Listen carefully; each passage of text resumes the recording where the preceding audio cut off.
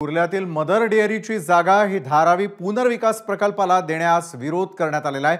कुर्ल्यामध्ये वर्षा गायकवाडांच्या नेतृत्वात महाविकास आघाडीने आंदोलन केलं।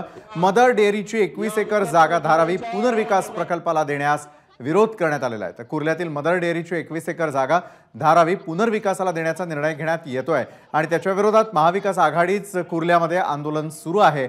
खासदार वर्षा गायकवाड यांच्या नेतृत्वात हे आंदोलन होत आहे।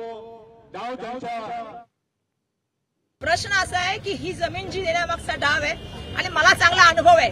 मुख्यमंत्री स्वतःचा डोकं चालवणार की मुख्यमंत्र्यांना देशाचे पंतप्रधान त्या ठिकाणी बोलणार, कारण ते कोणाचे जवळचे मित्र आहेत हे मी सांगायचा गरज नाही ना।